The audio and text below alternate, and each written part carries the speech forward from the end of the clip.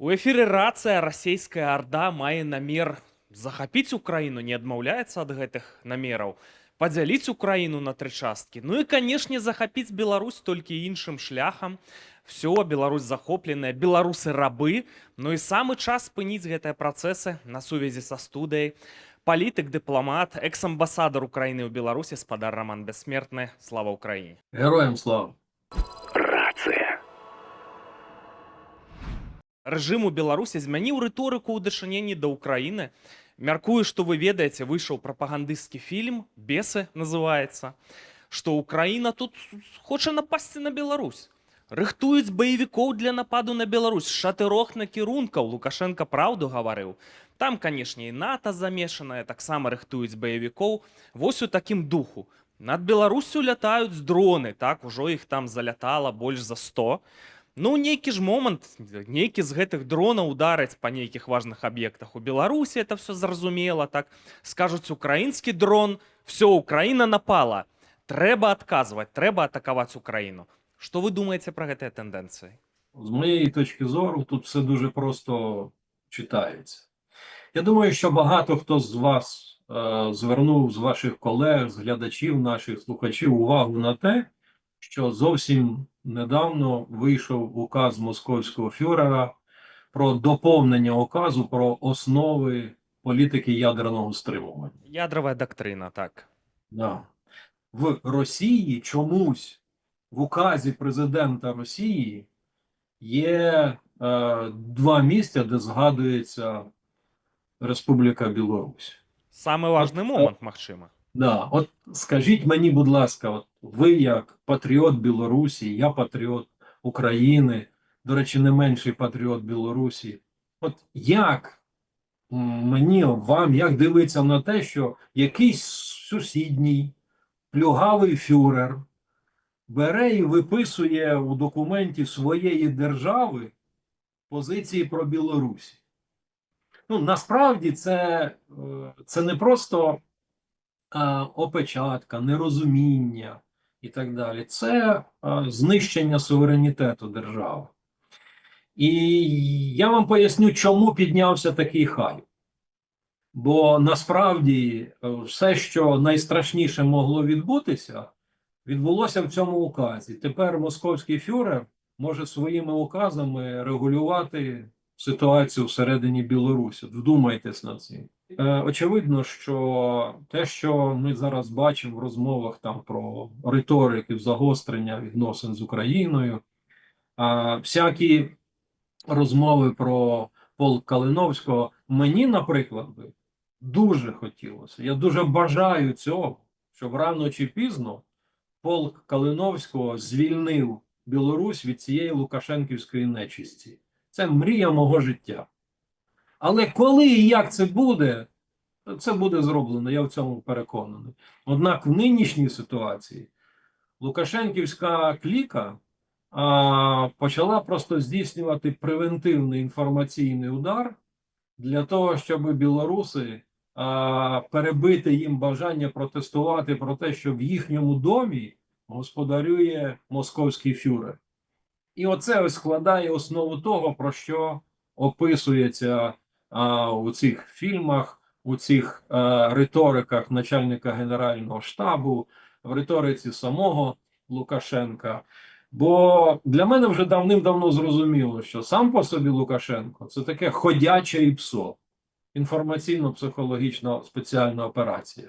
І очікувати від його якихось речей раціонального плану годі. І робить він це не по власній меті.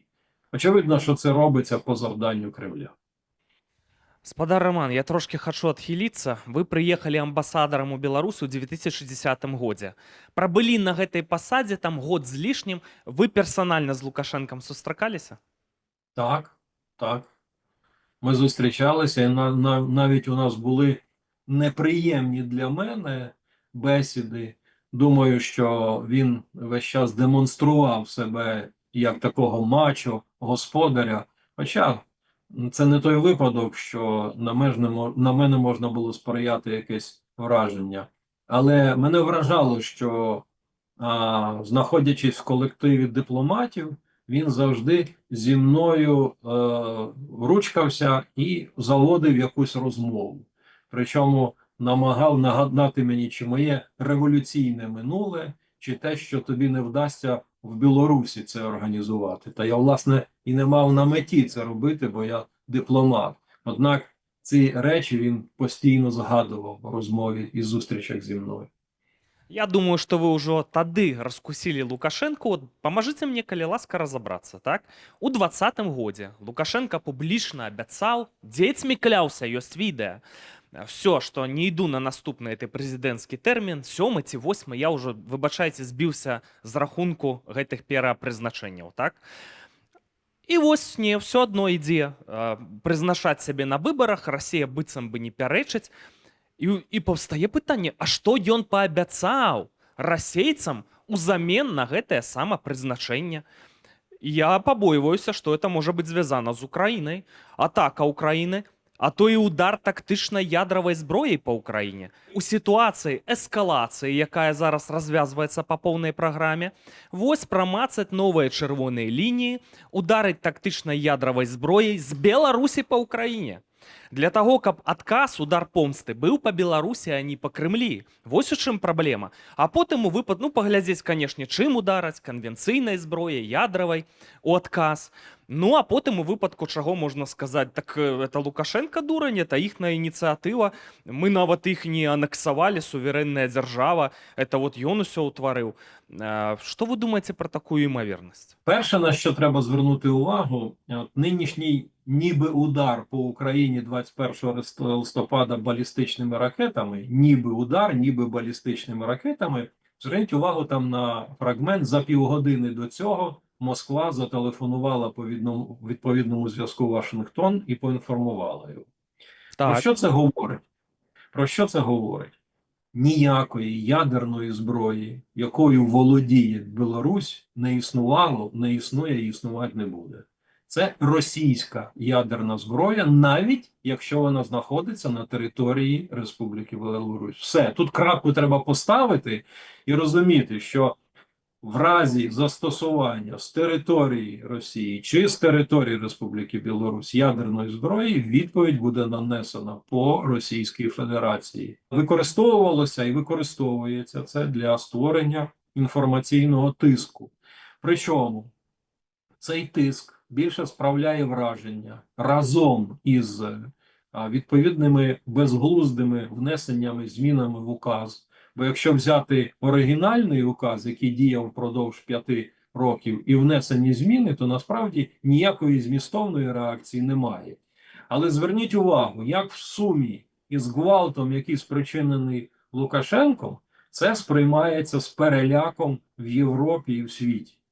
Очевидно, що в цьому випадку не вистачає сил ознайомитися, вивчити цю ситуацію, подивитися на неї розумними очима. І тому, в тому числі, подібна істерика Лукашенка і його кліки – це один із складових цієї психологічної атаки на Європу.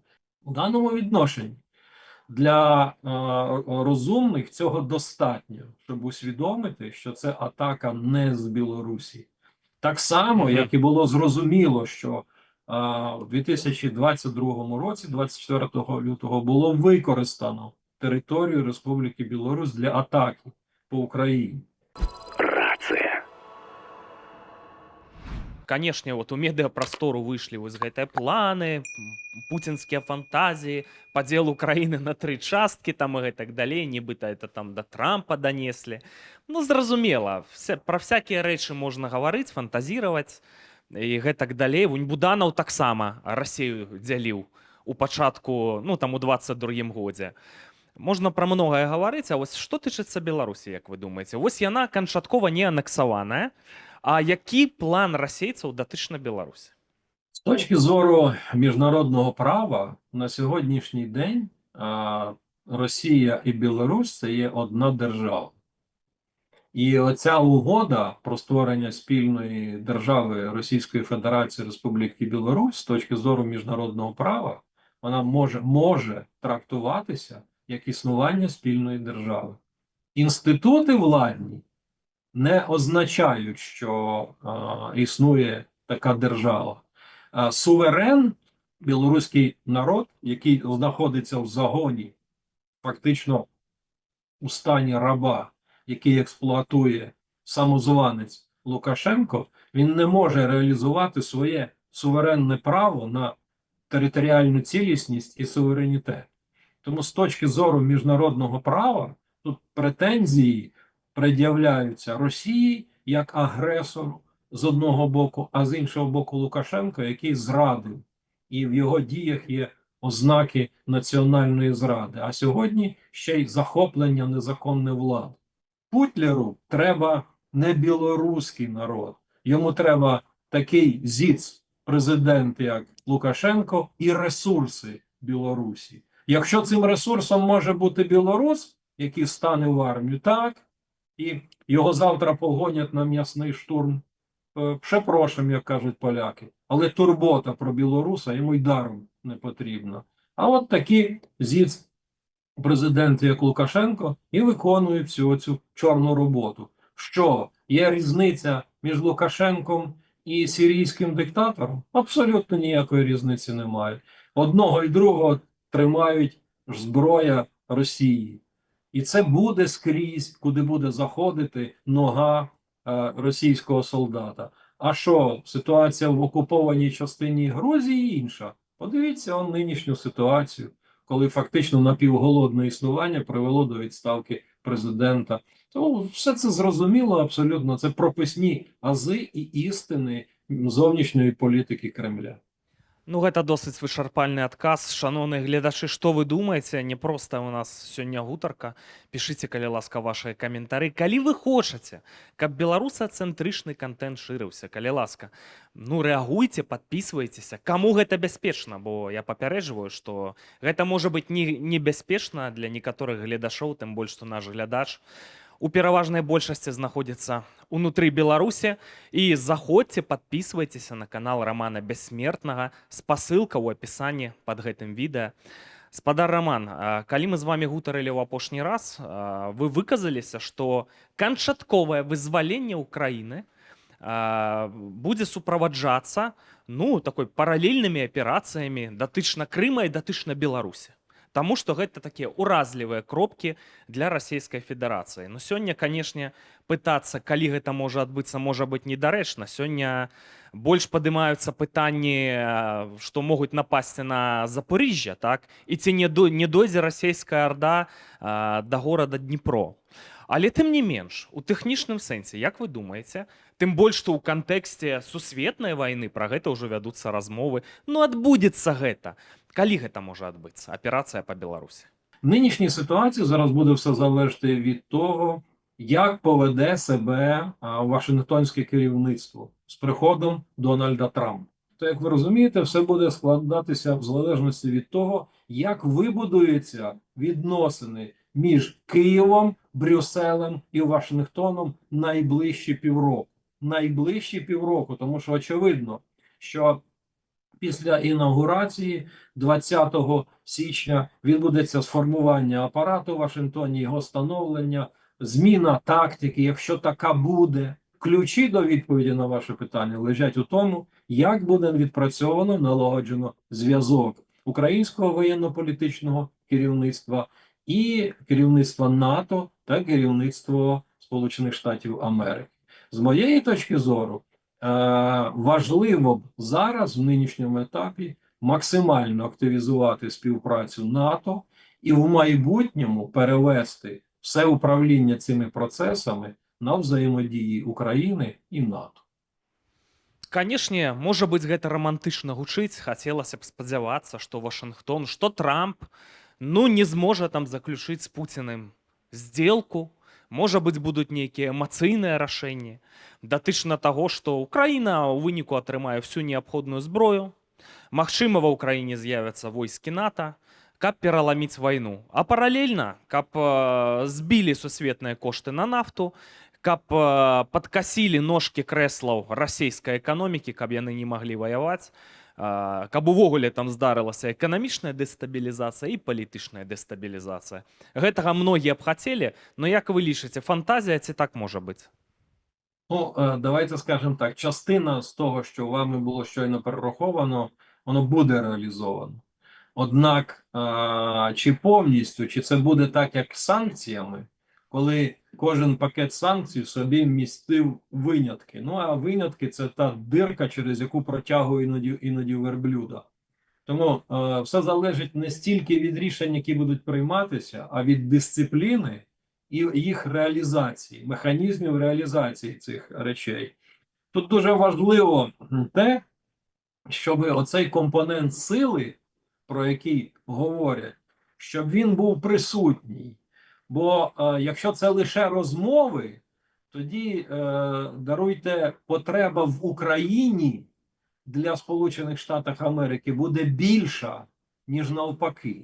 Те, що ми зараз відчуваємо ситуацію, що потреба в Україні більша для НАТО, це вже очевидно і зрозуміло, тому що останні оцінки показують, ну, скажімо так, слабкість здатності Європи захищатися.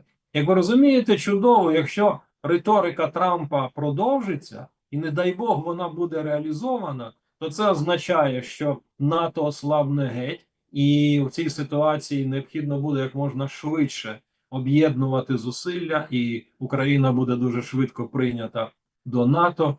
Але при такому розвороті подій це означає, що Вашингтон потерпить поразку в індотихоокеанському регіоні, а це катастрофа і для Трампа, і для Сполучених Штатів Америки. Тому в даному відношенні я прогнозую, що у цьому трикутнику відбудеться збереження нинішньої системи координат, їх зміцнення. Однак, з точки зору тактичних речей, буде все відбуватися, от як зараз приблизно в ситуації застосування Україною ракет Атакамс. Зверніть увагу, що Трамп мовчить. Багато хто говорить там, говорить його номінований радник Волц з питань національної безпеки, говорить навіть його молодший син Дональд Трамп, молодший. Однак сам Трамп мовчить, бо він прекрасно усвідомлює, що ця дорога потрібна була бути відкритою давним-давно. І це, очевидно, його вибір. Але ж ми можемо тільки догадуватися далі, які кроки він може здійснювати. Відтак, з моєї точки зору, Трамп налаштований на більш силовий варіант, в ході якого і буде здійснено маневр, який стосується і звільнення Білорусі і Криму.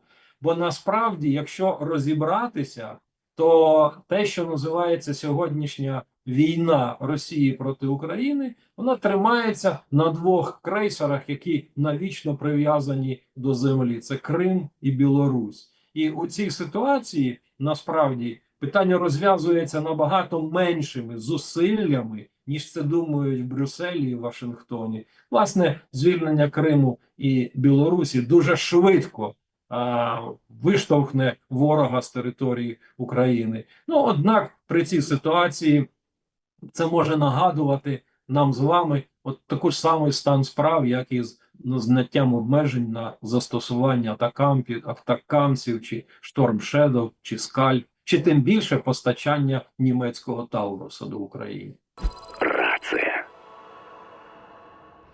Час спытаться у вас про беларуска-украінскія дачыненні, хоць вы у дадзены момант тут ні пры чым, і, ну, тым не менш, як бы вы статусны палітык, экс-віцэ-прэм'ер і так далей, я не ведаю яшчэ ў каго спытацца. Адбыўся выпадак досыць трагічны, я сказаў бы. У В'етнаме затрымалі экс-байца ўзброеных сілаў Украіны і батальёна Каліноўска. Васіль Верамейчык завуць гэтага хлопца. Вы чулі пра гэта? Так.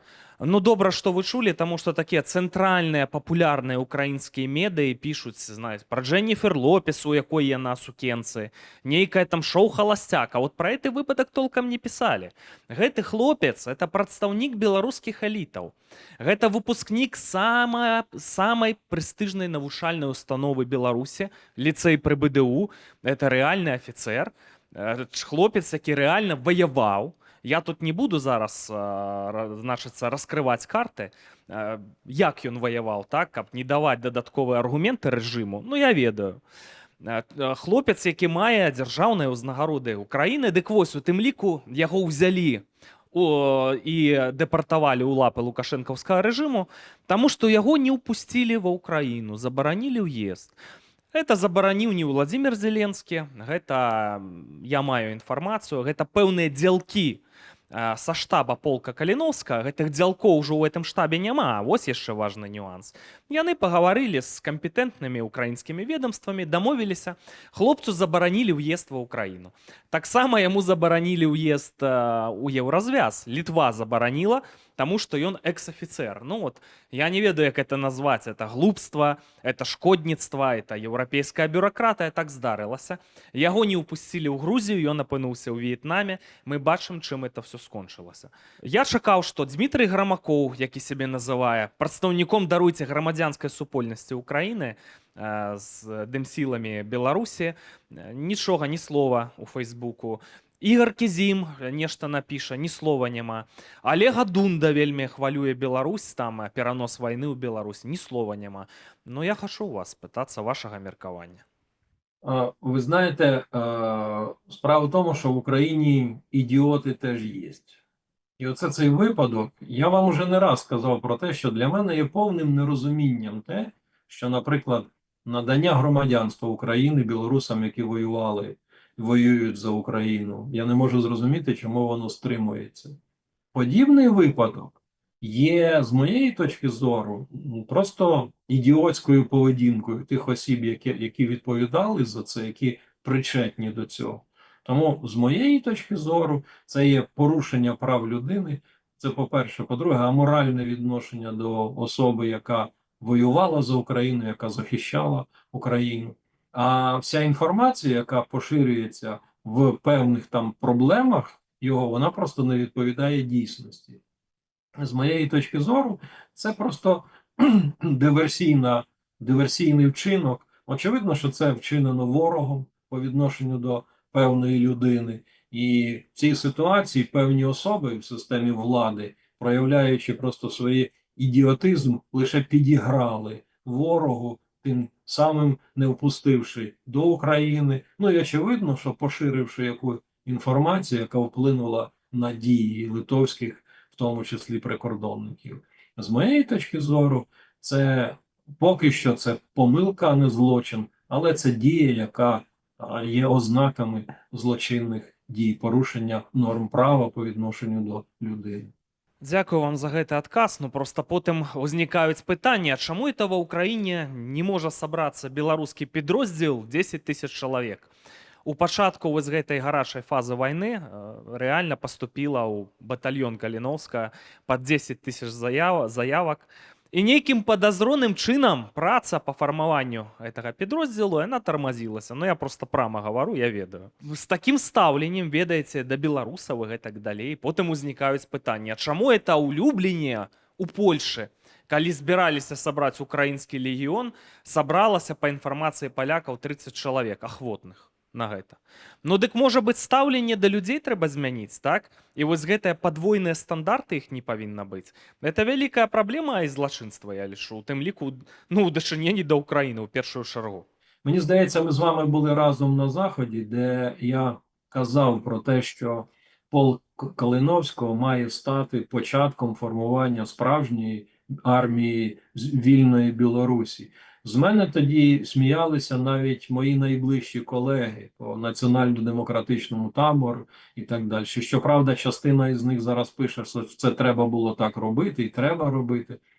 Я переконаний в тому, що полк Калиновського, як і всі інші підрозділи, де сьогодні воюють білоруси, він і має стати початком формування армії Республіки Білорусь, вільної Білорусі. І подібні речі, про які ви говорите, я про це відзначав попередні роки, місяці, і зараз скажу, що насправді для того, щоб звільнити Білорусь, потрібен де Голь і потрібен Черчилль. І хто зіграє ці дві ролі, даруйте, що я називаю історичні паралелі, той і заслужить подяку від білорусів про звільнення Білорусі. Не було б де Голля, не було б французів, не було б Черчилля, не було б французької армії, яка дозволила після Другої світової війни уникнути французам сорому і стати навіть членом Ради безпеки Організації Об'єднаних Націй.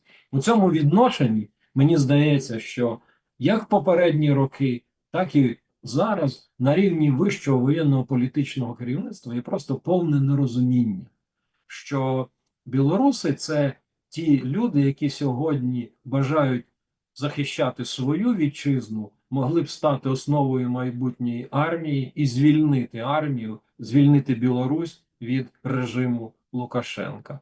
З такої точки зору є необхідність, вона залишається, перетворення полку в набагато потужніший, більший підрозділ, який би сьогодні був у складі Збройних сил України, а потім би став основою армії Республіки Білорусь. Більше того, він би звільняв Білорусь від диктатора Лукашенка.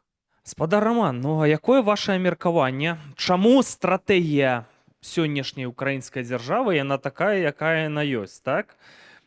Таму што ў 20-м годзе, калі пэўныя падзеі адбыліся ў Беларусі, і от 20-21 год пачалася зачыстка беларускага плацдарма перад нападам на Украіну, гандлявалі з Украінай, Лукашенко мае на ўвазе, Украіна партнёр нумар 1 пасля Расіі. Дзе была эта выведка, якая павінна была сказаць пра гэты напад, які рыхтуецца? Дзе былі эти супер вот этыя вот Нострадамусы, якія все ведаюць і все бачаць? Чаму вёўся гэты гандаль, умацоўваўся гэты лукашэнкаўскі рэжым? Усё, здарыўся гэты напад 22-го года, ну трэба ж рабіць нейкія высновы, не ўжо ледзьве не пацяпленне адносінаў. Дзе якія генералы публічна нават ледзьве не хваляць Лукашэнку? Він же не нападае, трэба це прызнати. Вось у такім духу, так? Подозронным чынам беларускія вот это подразделенні, подозронным чынам працэсы тармозяцца. На маіх вачах это тармазілася. Я знаходзіўся ў Кіеве, бачыў это ў вачавіткі. І складваецца ўражанне, што нейкі кантакт падтрымліваецца, так, жывуць у старых сістэмах каардынаты, это вельмі шкодзіць Украіне стратэгічна. Ну што вы думаеце пра вот эту стратэгію сённяшніх украінскіх уладаў датычна Беларусі? Памылковая ці, можа быць, я памылкова выказваюся? Ну, в мене в очах стоїть та зустріч президента Зеленського і Лукашенка в Чернігові. Я думаю, що багато хто пам'ятає 2019 рік і цю зустріч, і фразу про те, що з території Білорусі до України може зайти лише трактор. Так, трактори зайшли, тільки вони іменувалися танками.